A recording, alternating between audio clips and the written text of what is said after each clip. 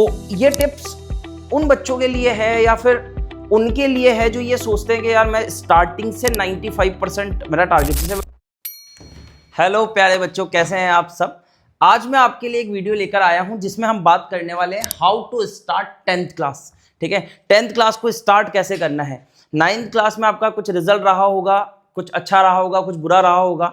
आपने जैसा रिजल्ट सोचा होगा शायद वैसा बना होगा या नहीं बना होगा, बट अब आप चाहते हैं कि 10th क्लास को बड़े जोरों शोरों के साथ में, जोश के साथ में और कुछ मोटिवेशन के साथ में स्टार्ट किया जाए। तो कुछ बच्चे ऐसे होंगे जो अप्रैल से 1 अप्रैल से स्टार्ट करने की सोच रहे हैं 10th क्लास को। उनके लिए मैं एक प्लान लेकर आया हूं, एक स्ट्रैटेजी लेकर आया हूं जो पूरे के पूरे साल अगर आप अप्रैल से लेकर दिसंबर तक फॉलो करते हैं तो यकीनन आप 95+ % जो है वो गेन कर सकते हैं। पर बात ऐसी है कि इस प्लान को पूरा फॉलो कर लेना, इसलिए आप पेपर और पेन लेकर बैठिए, क्योंकि अभी जो बात होने वाली है वो मैं आपको पूरा अप्रैल से लेकर दिसंबर तक का जो आपका रहने वाला पूरा शेड्यूल उसके बारे में बताऊंगा। ठीक है, तो हम बात क्या करेंगे, हम बात करेंगे बेसिक से एडवांस की। ठीक है, कि कैसे हमें स्टार्ट करना है और कैसे प्लान को फॉलो करते हुए, रूटीन को फॉलो करते हुए एडवांस लेवल पर जाना है। ठीक है, तो 3 फेज में हम पूरे स्टडी प्लान को देखेंगे। ये जो स्टडी प्लान है मैं आपको 3 फेज में बताने वाला हूं। 3 फेज मतलब हमने यहाँ पर मंथ डिवाइड किए हैं। ठीक है ना, 3-3 महीनों का हमने यहाँ पर शेड्यूल बनाने की एक कोशिश करी है, तो आप उसको फॉलो कर सकते हैं। चाहे तो उसमें थोड़ा ऊपर नीचे कर भी सकते हैं अपने अकॉर्डिंग, अपने टाइम के अकॉर्डिंग, अपने स्कूल के टाइम, अपने कोचिंग के टाइम के अकॉर्डिंग आप उसको सेट कर सकते हैं। ठीक है ना, तो बिना देरी के शुरुआत करते हैं। तो हमारे पास जो फर्स्ट फेज आता है वो आता है अप्रैल टू अगस्त। इसमें क्या करने वाले हैं, देखिए अगर आप अप्रैल से स्टार्ट कर रहे हैं अपनी पढ़ाई तो सबसे पहले जो आपके सामने होगा वो होगी एनसीईआरटी। ठीक है ना, तो एनसीईआरटी को फॉलो करना है सबसे पहले तो आपको। ठीक है, आप क्या करेंगे, एनसीईआरटी को फॉलो करेंगे, क्योंकि एनसीईआरटी ही है जिससे आपका पेपर बनने वाला है। और यूं मानिए कि 95% तक क्वेश्चन जो है एनसीईआरटी से ही आते हैं। उसके बाद में हमें क्या करना है, एनसीईआरटी को फॉलो करते समय जो चैप्टर हम पढ़ते जाएंगे, जैसे आपने साइंस स्टार्ट करी है, एसएसटी स्टार्ट करी है, तो वहां पर जो भी आप चैप्टर रिवाइज कर रहे हैं, चैप्टर को रीड कर रहे हैं, तो आपको क्या साथ में प्रिपेयर करने हैं, नोट्स साथ में प्रिपेयर करने हैं। क्योंकि नोट्स कहाँ काम आएंगे, नोट्स काम आएंगे जब आप दिसंबर जनवरी, जब आपका पीक टाइम चल रहा होगा, बोर्ड एग्जाम आपके करीब होंगे, तो उस समय जब आप रिवीजन करेंगे तो आपके पास में नोट्स होने चाहिए। और नोट्स को बेहतरीन तरीके से बनाना है, हाईलाइट्स करना है, कीवर्ड सीखना है, डेफिनेशंस लेनी है। ठीक है ना, प्रॉपर तरीके से नोट्स आपके पास में प्रिपेयर होने चाहिए। एक अच्छा बच्चा जो बहुत ही अच्छा स्कोर करता है वो नोट्स बनाता है। फिर क्या करना है, चैप्टर वाइज आपको प्रैक्टिस करनी है। ठीक है, जैसे मान लीजिए आपने साइंस, मैथ या फिर एसएसटी में कोई भी चैप्टर किया तो उसकी बैक एक्सरसाइज, ब्लूप्रिंट्स, मिड के क्वेश्चन, ये सब कुछ आपको रिवाइज करना है, प्रैक्टिस करनी है, आंसर राइटिंग पर ध्यान देना है। ये सारी शुरुआत आप अप्रैल से स्टार्ट करेंगे। अप्रैल से मई के बीच में जैसे जैसे आप चैप्टर पढ़ते जाएंगे वैसे वैसे आपके साथ में नोट्स और प्रैक्टिस होती जाएगी। ठीक है, उसके बाद में क्या करना है, जून से अगस्त में क्या करना है सर, जून और अगस्त में हमको करना है एडवांस टॉपिक पे जाएंगे हम थोड़ा सा। ठीक है, जो जो चैप्टर हम पढ़ते जा रहे हैं, नोट्स बनाते जा रहे हैं, उनके प्रैक्टिस करते हुए थोड़ा सा एडवांस लेवल के क्वेश्चन स्टार्ट करेंगे।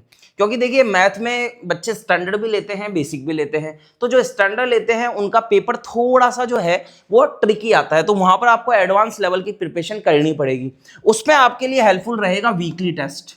वीकली टेस्ट कैसे, कि मान लीजिए आपने मंडे टू सैटरडे अपनी बहुत अच्छी तरीके से स्टडी करी, तो आप संडे को एक छोटा सा टेस्ट लगाइए। ठीक है ना, 1 आवर का ही लगाइए, पर एक टेस्ट जो है वो मैंडेटरी रहेगा आपके लिए। वीकली टेस्ट बहुत ज़्यादा ज़रूरी है, क्योंकि कैसे पता चलेगा आपने क्या प्रिपेयर किया है, क्या पढ़ा है, टेस्ट लगाने से पता लगेगा। ठीक है ना, टेस्ट में जो क्वेश्चंस आएंगे फिर आप उनकी आंसर राइटिंग करेंगे, तभी आप अपने आप को एक तरीके से प्रिपेयर कर पाएंगे बोर्ड के लिए। ठीक है ना, तो ये फेज 1 में हमको सब कुछ करना है। इसमें क्या रहेगा कि इसमें आपके जो चैप्टर होंगे वो लगातार चलते जाएंगे। ठीक है ना, एक चैप्टर खत्म किया फिर दूसरा, फिर तीसरा, ऐसे चैप्टर वाइज स्टडी करनी है और प्रॉपर तरीके से करनी है। ठीक है, उसके बाद हमारा आता है फेज 2, जिसमें हम सितंबर नवंबर की बात करते हैं। हम क्या करने वाले हैं इसके अंदर कि जितना सिलेबस हमारा हो चुका होगा, जितने चैप्टर हमने कर लिए होंगे सारे सब्जेक्ट के, हम उनका रिवीजन स्टार्ट कर देंगे साथ के साथ। ठीक है ना, क्योंकि रिवीजन एक तरीके से आप यूँ समझ लीजिए आपने कितना भी पढ़ा है और आपने रिवीजन नहीं करा, टेस्ट नहीं लगाया, तो ये सारी चीज़ें बेकार हो जाएगी।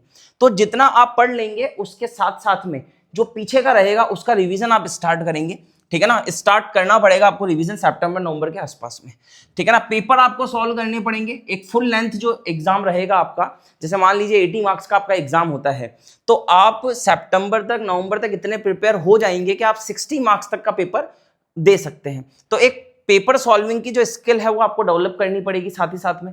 तो यहाँ पर आपको बड़े टेस्ट लगाने पड़ेंगे, ठीक है ना, सिटिंग देनी पड़ेगी, 2 आवर्स 3 आवर्स की आप सिटिंग दे सकते हैं पेपर सॉल्विंग के अंदर, ठीक है।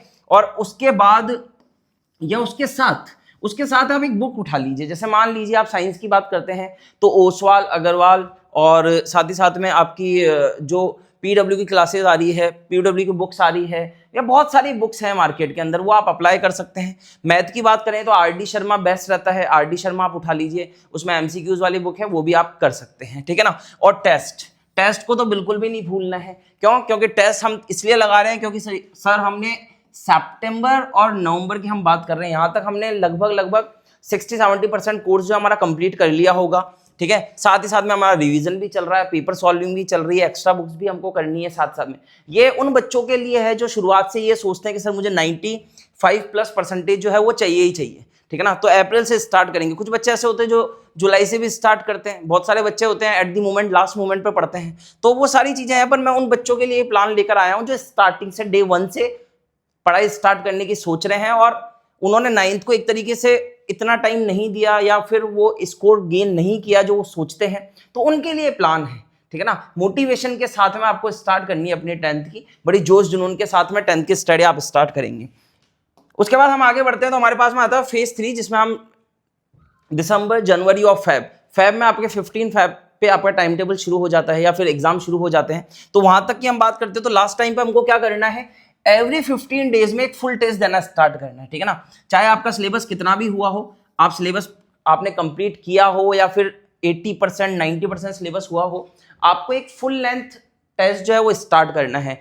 और आप ये चाहें तो यहाँ पर मैंने 15 डेज लिखा है, आप चाहे तो ये 10 डेज के अंदर भी कर सकते हैं। अगर आपको लगता है कि मेरी तो बहुत अच्छी प्रिपरेशन हो चुकी है तो एक 10 दिन के अंदर आप एक फुल लेंथ का टेस्ट दे सकते हैं। फुल लेंथ में हमारे पास में बहुत सारे सब्जेक्ट है, साइंस है, मैथ है, इंग्लिश है, एसएसटी है, हिंदी है। तो जैसे आपके लिए सूटेबल रहे, अगर आप चाहें 10 दिन के बाद में मुझे 2 टेस्ट देने, 2 सब्जेक्ट के पेपर देने, तो वो भी आप कर सकते हैं। सैम्पल पेपर काफी अवेलेबल रहते हैं, आप वो भी लगा सकते हैं, ठीक है। और साथ ही साथ में जब ये फुल टेस्ट देने के बाद मेन काम जो है वो है एनालाइज करने का। जैसे मान लीजिए आपने एक पेपर दिया, पेपर देने के बाद में आपने उसमें बहुत सारे क्वेश्चन ऐसे होंगे जो शायद आपको आएंगे नहीं, है ना, या फिर आपको प्रॉब्लम क्रिएट करेंगे, तो उनका एनालाइज करना पड़ेगा। पेपर सॉल्व करने से कुछ नहीं होगा, एनालाइज कीजिए कहाँ अटक रहे हो, कौन सा चैप्टर अभी वीक रहा है, कौन सा टॉपिक आपका स्ट्रांग नहीं है, वो भी आपको साथ के साथ में देखना। एनालाइज करना बहुत ज्यादा जरूरी है, पेपर देने से भी ज्यादा जरूरी एनालाइज करना होता है, ठीक है। प्रीवियस ईयर के क्वेश्चंस आपके पास में होने चाहिए। ऐसे तो आप सैंपल पेपर लगाएंगे तो उसमें काफी आपको प्रीवियस ईयर के क्वेश्चन मिल जाएंगे, बट अगर एक्स्ट्रा में आप लगाना चाहते हैं तो गूगल पे काफी पीडीएफ्स आपको मिल जाएगी, क्वेश्चंस आपको मिल जाएंगे। उससे क्या होगा कि पीवाईक्यूज लगाने से आपको एक आइडिया मिलेगा कि किस तरीके की क्वेश्चन फ्रेमिंग होती है, बोर्ड में किस तरीके के क्वेश्चन पूछे जाते हैं, उनका पैटर्न क्या होता है पूछने का, ठीक है ना। तो ये सारी चीजें जो है वो हमारी हेल्प करेगा यहाँ पर पीवाईक्यूज, ठीक है ना। प्रीवियस ईयर के क्वेश्चंस हमारी हेल्प करते हैं इन सब चीजों को समझने में, ठीक है। और साथ ही साथ में जब आप पेपर लगाने बैठेंगे, जैसे मान लीजिए आप फुल लेंथ एक पेपर लगाते हैं 3 घंटे का, तो उससे 2 चीजें बहुत ज्यादा आपकी मैनेज होगी। एक तो ये होगा कि आपका टाइम मैनेज होगा, ठीक है। आप सीखेंगे कि 3 घंटे में आपको किस तरीके से पेपर को हैंडल करना है। यहाँ पर आपके पास में हर पेपर में 5 सेक्शन होने वाले हैं, तो आप सीखेंगे कि आप कौन सा सेक्शन कितने टाइम में कर रहे हैं, आप लॉन्ग क्वेश्चन को कितना टाइम दे रहे हैं, ये सब कुछ जो है वो टाइम मैनेजमेंट आपको सिखाएगा, ठीक है ना। और साथ ही साथ में हम बात करते हैं तो हमारी स्पीड जो है वो भी मेंटेन रहेगी, ठीक है। 3 घंटे का पेपर देने बैठेंगे तो हम क्या करेंगे, स्पीड को भी मेंटेन रखेंगे। 3 घंटे में ही करना है, बिल्कुल पेपर वाला एनवायरनमेंट आपको क्रिएट करना होगा, ठीक है ना। ये सारी चीजें करनी है आपको फैब तक, ठीक है ना। लास्ट में कुछ आपके लिए इंपॉर्टेंट टिप्स है, तो ये टिप्स उन बच्चों के लिए है या फिर उनके लिए है जो ये सोचते हैं कि यार मैं स्टार्टिंग से 95% मेरा टारगेट, जैसे होता है मैथ में हम लेकर चलते हैं कि यार मैं 100 आउट ऑफ 100 गेन करूंगा, ठीक है ना। साइंस में ही बच्चे सोचते हैं कि मैं अच्छा स्कोर करूंगा, तो शुरुआत से ही किन चीजों को फॉलो करना पड़ेगा। सेल्फ स्टडी मेन जो है आपका, जैसे मान लीजिए आप ऑनलाइन क्लासेस लेते हैं, ऑफलाइन कोचिंग्स लेते हैं, बढ़िया बात है, पर जब तक आप अपने आप को टाइम नहीं देंगे, अपनी सेल्फ स्टडी को टाइम नहीं देंगे, तब तक चीजें काम करेगी नहीं, ठीक है ना। तो 2 आवर की सेल्फ स्टडी आप लेकर चलिए डेली। 2 घंटे आपको सेल्फ स्टडी करनी है, उसमें आप याद कर सकते हैं, चीजों को लर्न कर सकते हैं, प्रैक्टिस कर सकते हैं, ये सारी चीजें कर सकते हैं, ठीक है ना। साथ ही साथ में वीकली डाउट सॉल्विंग क्लासेस आपको लेनी है। अगर आप ऑनलाइन क्लास लेते हैं किसी प्लेटफॉर्म से, तो वहां पर आपको डाउट सॉल्विंग क्लास जो है ना वो जरूर लेनी है। बच्चे क्या करते हैं ना कि मेन क्लासेस लेते हैं पर डाउट सॉल्विंग क्लासेस नहीं लेते। देखो, डाउट सॉल्विंग क्लास लेनी पड़ेगी। अगर वो आप लेते हो तो जब 5 बच्चे आपके पास में बैठकर सवाल पूछते हैं ना, तो आपको पता चलता है कि क्या क्या प्रॉब्लम हो सकती है, ठीक है ना। तो वो चीज बहुत ही ज्यादा जरूरी है। इसलिए आप क्या करिए, हफ्ते में एक बार डाउट सॉल्विंग क्लास के अंदर जरूर बैठिए। उसके बाद आता है टू गेट 90+% एनसीईआरटी रामबाण है आपके लिए, ठीक है ना। ब्रह्मास्त्र समझिए, एनसीईआरटी से ही आपके लगभग 95% तक क्वेश्चन बनते हैं, ठीक है ना। तो उसको तो आप बिल्कुल भी नहीं छोड़ेंगे। बच्चे क्या करते हैं ना कि बुक्स उठा लेते हैं, दूसरी नोट्स उठा लिए, एनसीईआरटी पे फोकस नहीं करते, एक्टिविटीज पे फोकस नहीं करते। तो एनसीईआरटी बहुत ज्यादा जरूरी है, उसको आप बिल्कुल इग्नोर नहीं करना, ठीक है। कंसेप्चुअल क्लियरिटी के साथ में स्टडी करेंगे, क्लैरिटी होनी चाहिए। कोई भी बेसिक से एडवांस टॉपिक तक आप जाते हैं तो सबसे पहले कंसेप्ट को समझिए, फिर उस पर कुछ अप्रोच लगाना सीखिए। क्वेश्चन की अप्रोच कैसी रहेगी, क्वेश्चन फ्रेमिंग कैसे हो सकती है, तो ये सारी चीजें करनी पड़ेगी। यहाँ पर कोई भी शॉर्ट ट्रिक या फिर एक शॉर्ट रूट लेने की आप कोशिश मत कीजिए। कंसेप्चुअल तरीके से पढ़ेंगे तो अच्छा खासा टाइम होता है बोर्ड और आपकी स्टडी के बीच में, ठीक है ना। अप्रैल से स्टार्ट कर रहे हो, बोर्ड फैब में आते हैं तो काफी टाइम रहेगा आपके पास में। तो कंसेप्चुअल स्टडी पर ध्यान दीजिए। इससे क्या होगा कि क्वेश्चन फ्रेमिंग कैसी भी आ जाए, अगर आपका बेसिक से एडवांस लेवल की तैयारी है, बेस बहुत स्ट्रांग है, तो क्वेश्चन आपका किसी भी तरीके से आए, किसी भी लैंग्वेज में आए, आप उसको सॉल्व कर जाएंगे, ठीक है ना। डिटेल टाइम टेबल बनाइए। जैसे मैंने अभी 3 फेज में आपको ये सब कुछ बताया, तो एक अच्छा टाइम टेबल आपके पास में होना चाहिए, ठीक है ना। उसमें आप अपनी कोचिंग के लिए, स्कूल के लिए, अपने लिए, अपनी सेल्फ स्टडी के लिए सारा टाइम निकालिए, अपने हिसाब से उसको मैनेज कीजिए। ये चीज आपको कोई बता नहीं सकता, ये आपको अपने हिसाब से मैनेज करनी पड़ेगी। आपके स्कूल का टाइमिंग क्या है, उसके बाद में आप कोचिंग अगर जाते हैं या फिर ऑनलाइन क्लासेस लेते हैं तो उसका टाइम क्या है, वो सारी चीज़ें बनाकर आप एक अपना शेड्यूल बहुत अच्छे से तैयार करके, जहां भी आप पढ़ाई करते हैं, आपकी जहां भी स्टडी टेबल है या स्टडी टेबल नहीं भी है तो भी आप एक दीवार पर उसे लगा दीजिए, ठीक है, उसे पेस्ट कर दीजिए एक दीवार पर। इससे क्या होगा कि चीजें आपके सामने रहेगी, एक टाइम आपके पास में, एक टाइम स्लॉट आपके पास में रहेगा कि इस टाइम में मुझे ये करना है, ठीक है ना। तो फालतू की सारी चीजों को छोड़कर आपका फोकस उसी एक्टिविटी पे होना चाहिए जो आपने एक टाइम स्लॉट उस एक्टिविटी के लिए बनाया है, ठीक है ना। टाइम टेबल बहुत ही ज्यादा हेल्प करता है स्टूडेंट की।